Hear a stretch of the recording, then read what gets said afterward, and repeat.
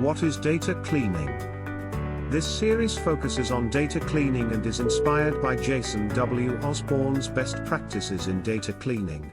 According to Wikipedia, data cleaning is the process of detecting and correcting, or removing, corrupt or inaccurate records from a record set, table, or database and refers to identifying incomplete, incorrect, inaccurate or irrelevant parts of the data, and then replacing, modifying, or deleting the dirty or coarse data. Why is data cleaning important?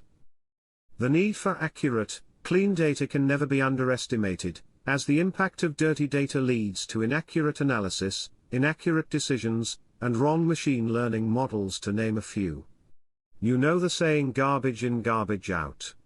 Bad data might actually be worse than no data. This is because bad data instills false confidence or false worries, none of which is good, to be honest. For instance, in trying to curb the spread of a highly contagious disease, a certain country allegedly based their decisions on the hands of old Excel sheets which were supposed to automatically update. Now the issue with the old Excel sheets is they have a maximum of 65,000 rows. Maximum row errors led to missing data led to wrong analysis led to wrong decisions by the health agencies, all eventually leading to an exponential rise in the number of infected cases. Trust me, this is a real-life example. Bad data is one of the main causes of the lack of repeatability and reproducibility of results of similar analysis, leading to company-wide, nationwide, industry-wide confusion. The general consensus is that 80 to 90% of a data science project is data cleaning. However, most machine learning courses don't really go over it. That's why this course is here. One of the standard frameworks for quantitative research is PPDAC: problem, plan, data, analysis, conclusion. Very much like Jason, we agree that the journey to ensuring that we have clean data starts from the planning stage. As such, in this series, data cleaning refers to everything that happens in the planning stage to the data stage of the PPDAC model. A few myths are debunked in this series. The myth of robustness assumes that quantitative methods are so robust that they are not based on some assumptions.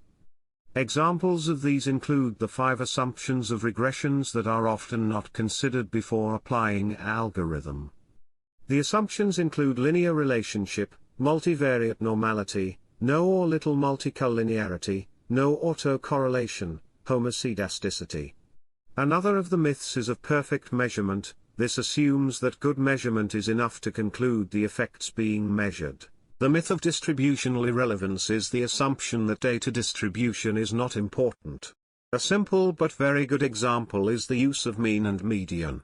Mean is probably the best summary statistic for normally distributed data, while the median is best for the rest cases. The myth of equality describes the tendency of ignoring or not paying attention to outliers.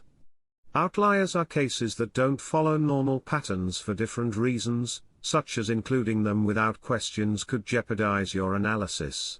The myth of the motivated participant describes that all results of surveys, answered by participants, are accurate.